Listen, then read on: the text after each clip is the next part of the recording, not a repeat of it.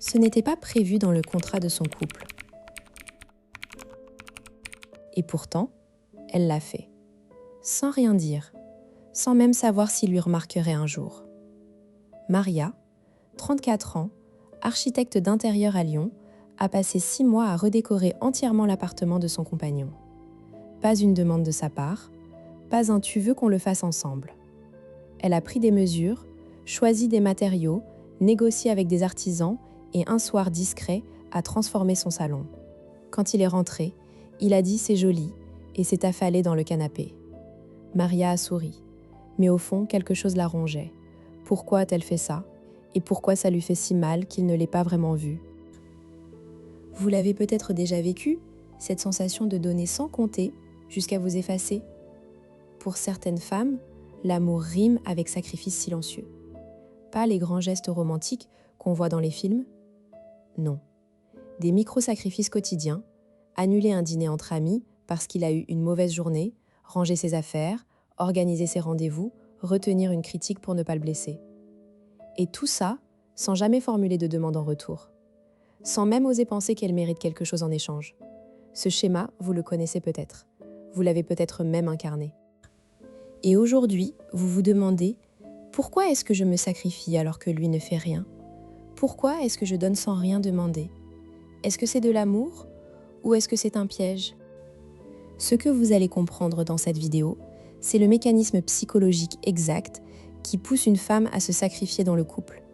Ce n'est pas de la gentillesse, ce n'est pas de l'altruisme pur, c'est un schéma ancré dans l'enfance, renforcé par la société et qui, si vous ne le repérez pas, peut transformer votre relation en déséquilibre permanent.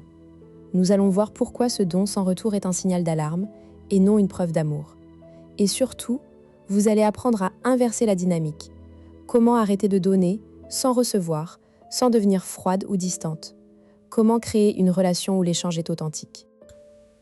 La croyance la plus répandue, c'est que l'amour véritable est inconditionnel, qu'une femme qui aime vraiment donne tout, sans rien attendre.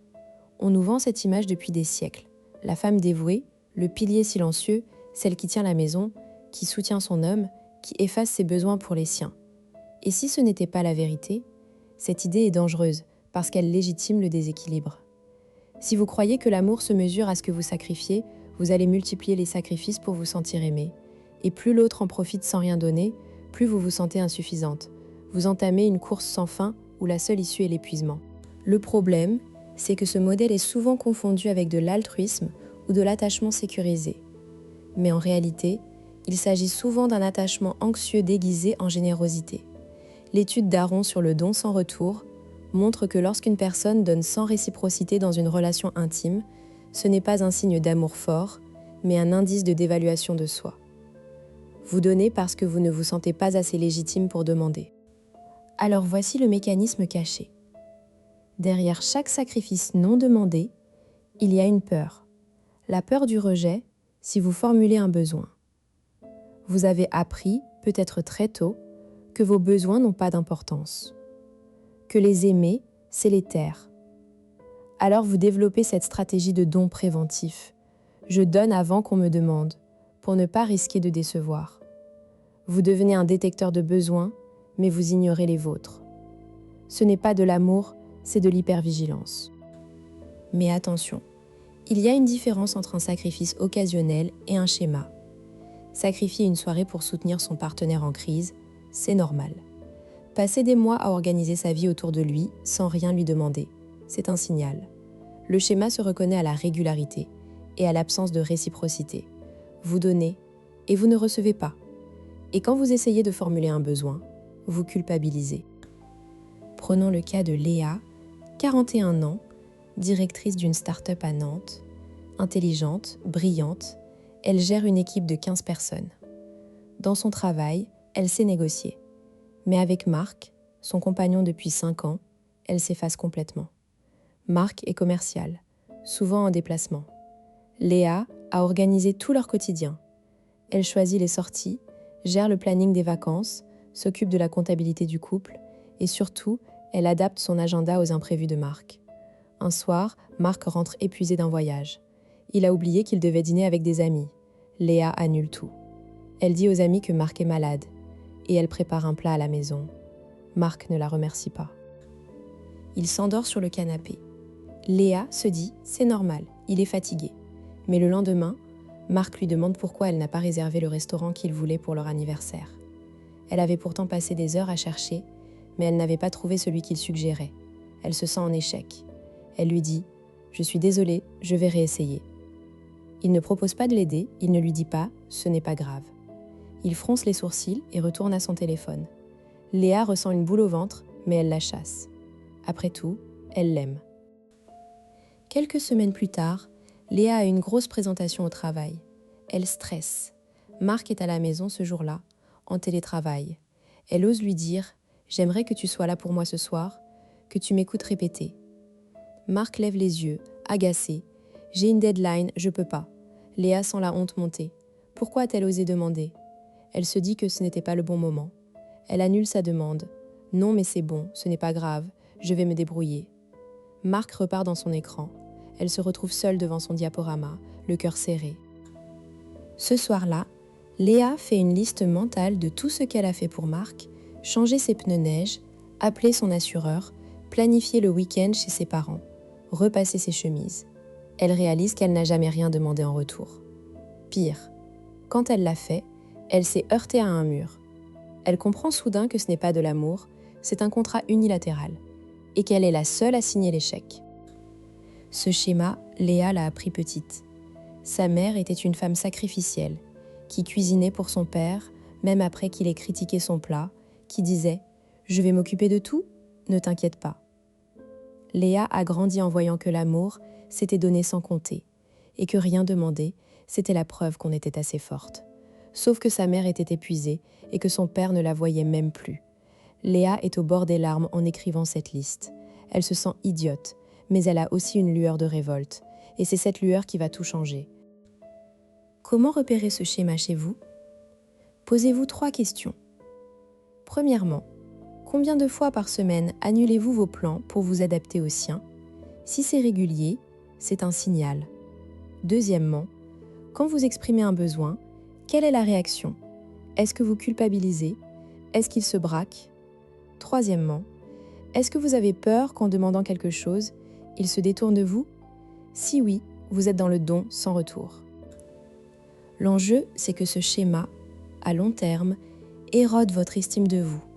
Vous n'existez plus que par ce que vous donnez. L'autre s'habitue à recevoir sans rien donner. Et il finit par penser que c'est normal. Le déséquilibre s'installe.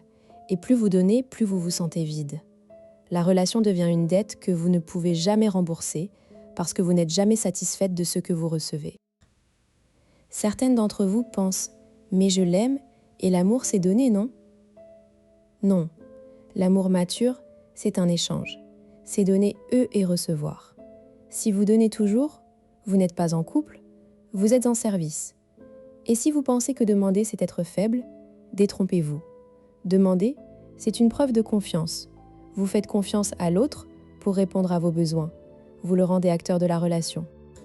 Alors voici la première technique pour sortir de ce piège. Je l'appelle la règle des 24 heures.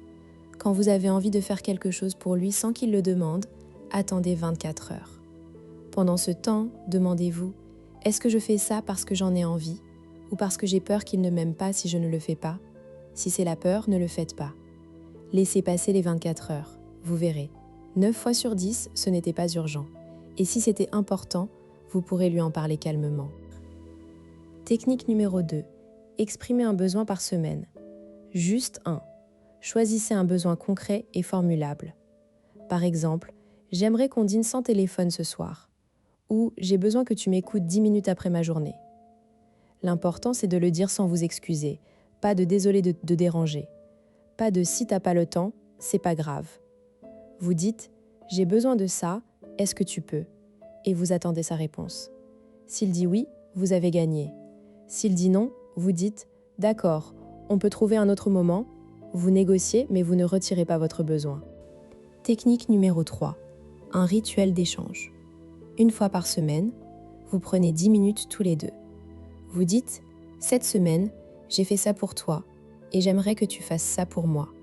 Vous inversez le schéma. Au lieu de donner sans rien dire, vous verbalisez l'échange.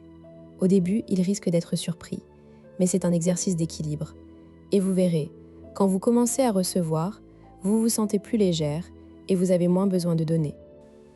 Mais une objection que vous pourriez avoir, et s'il ne fait jamais rien, si je demande et qu'il ne change pas, alors posez-vous la question la plus importante. Est-ce que cet homme est capable de réciprocité ? Parfois, le schéma est tellement ancré qu'il est incapable de donner. Dans ce cas, vous devez évaluer si la relation a un avenir. Une relation saine, c'est 50-50 sur le long terme. Si vous avez essayé les techniques et qu'il ne bouge pas, c'est peut-être qu'il ne vous aime pas assez pour faire l'effort. Et ça, c'est une information précieuse. Autre objection. Si je demande, je vais paraître needy. En réalité, exprimer un besoin de manière claire, c'est le contraire de needy. Needy, c'est donner sans cesse pour recevoir de l'attention. Demander directement, c'est être adulte. Les hommes aiment les femmes qui savent ce qu'elles veulent. Ça les sécurise. Et si le vôtre vous trouve needy pour ça, c'est lui qui a un problème avec l'intimité. Dernière objection. J'ai toujours été comme ça, je ne peux pas changer. Si, vous pouvez. Le cerveau est plastique. Chaque fois que vous ne cédez pas à l'impulsion de donner sans demander, vous renforcez un nouveau chemin neuronal. Vous apprenez à votre cerveau que vous méritez de recevoir. Et au bout de quelques semaines, ce sera naturel. Revenons à Léa. Après avoir pris conscience de son schéma, elle a décidé d'appliquer la règle des 24 heures. La première fois, Marc a oublié de sortir les poubelles. Léa a eu un élan, le faire elle-même pour éviter qu'il soit stressé le lendemain. Mais elle a attendu. Le lendemain matin, Marc a vu les poubelles pleines. Il a dit « Ah mince, j'ai oublié ». Léa a répondu « Oui, tu peux les sortir maintenant. J'ai besoin que ce soit fait avant de partir ». Marc les a sortis. Pas de drame, pas de dispute. Léa a réalisé que ce n'était pas grave, que son besoin était légitime et que Marc pouvait y répondre. Maintenant, Léa et Marc ont un rituel d'échange tous les dimanches. Elle a découvert qu'il aimait qu'elle lui prépare son café le matin, mais qu'il pouvait aussi le faire. Et lui, il a compris qu'elle avait besoin qu'il l'écoute sans écran le soir. Leur relation est devenue plus équilibrée. Léa ne se sent plus transparente. Elle n'a plus cette boule au ventre. Et curieusement, Marc semble plus amoureux qu'avant, parce qu'il a l'impression de contribuer. Ce que je veux que vous reteniez, c'est que le sacrifice silencieux n'est pas une preuve d'amour. C'est une preuve que vous avez appris à vous oublier. Et l'amour, le vrai, c'est quand on se souvient de soi tout en aimant l'autre. Vous méritez de recevoir autant que vous donnez. Si cette vidéo vous a parlé, abonnez-vous. Et dans les commentaires, dites-moi, quel est le dernier sacrifice que vous avez fait sans rien demander ? Je vous lirai avec attention.